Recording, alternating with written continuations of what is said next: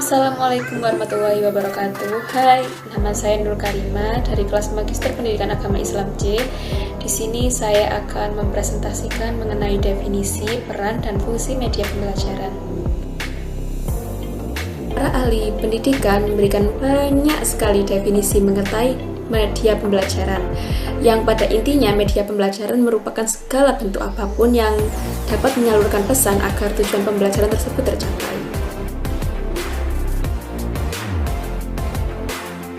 Definisi media pembelajaran menurut Scrum yaitu teknologi pembawa pesan yang dapat dimanfaatkan untuk keperluan pembelajaran. Kemudian menurut Briggs, media pembelajaran yaitu sarana fisik untuk menyampaikan isi atau materi pembelajaran seperti buku, film, video, slide, dan sebagainya. Media pembelajaran menurut Romiszowski yaitu media yang efektif untuk melaksanakan proses pengajaran yang direncanakan dengan baik. Sedangkan Suciono mengatakan bahwasannya media pembelajaran yaitu media belajar yang diperlukan oleh guru agar pembelajaran berjalan secara efektif dan efisien.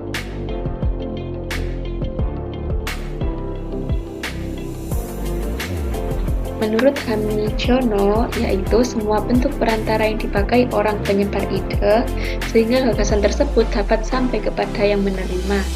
Sedangkan Syaful dan Azwan, yaitu alat bantu apa saja yang dapat dijadikan sebagai penyalur pesan agar tercapai tujuan pembelajaran.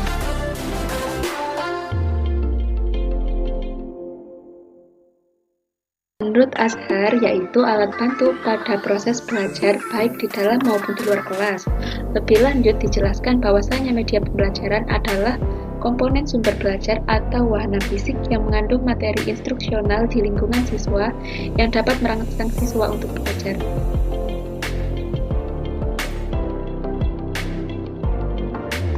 Rashanda Ashar mengatakan bahwasanya media pembelajaran merupakan segala sesuatu yang dapat menyampaikan atau menyalurkan pesan dari sumber secara terencana, sehingga terjadi lingkungan belajar yang kondusif di mana penerimanya dapat melakukan proses belajar secara efektif dan efisien.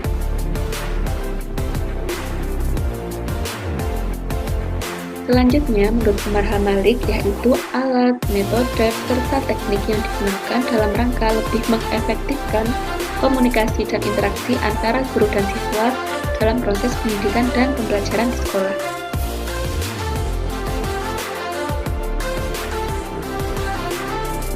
Selanjutnya, menurut Ibrahim dan Nana Sujana, yaitu alat yang digunakan untuk menyalurkan pesan atau isi pelajaran, merangsang pikiran, perasaan, perhatian siswa, sehingga dapat mendorong proses belajar mengajar.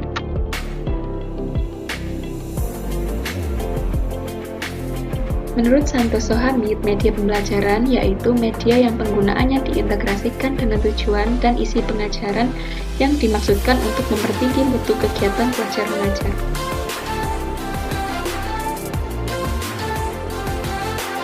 Menurut Smaldino, yaitu media yang digunakan untuk menyampaikan pesan guna mencapai suatu tujuan pembelajaran.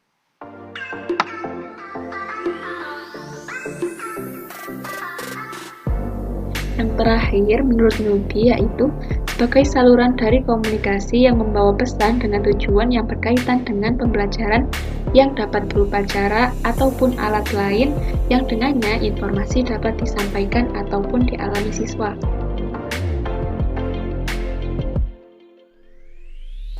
Peran media pembelajaran yang pertama adalah memperjelas penyajian materi agar tidak hanya bersifat verbal. Yang kedua yaitu mengatasi keterbatasan ruang. Ketiga, menghindari kesalahpahaman terhadap suatu objek. Yang keempat, penggunaan media pembelajaran secara tepat dapat mengatasi sikap pasif peserta didik. Secara garis besar, fungsi dari media pembelajaran dibagi ke dalam 4 kelompok. Yang pertama adalah fungsi atensi, yang kedua fungsi afektif, ketiga fungsi kognitif, dan yang terakhir adalah fungsi kompensatoris. Fungsi atensi itu untuk menarik dan mengarahkan perhatian siswa untuk berkonsentrasi kepada isi pelajaran. Fungsi afektif, media visual dapat terlihat dari tingkat kenikmatan siswa ketika belajar.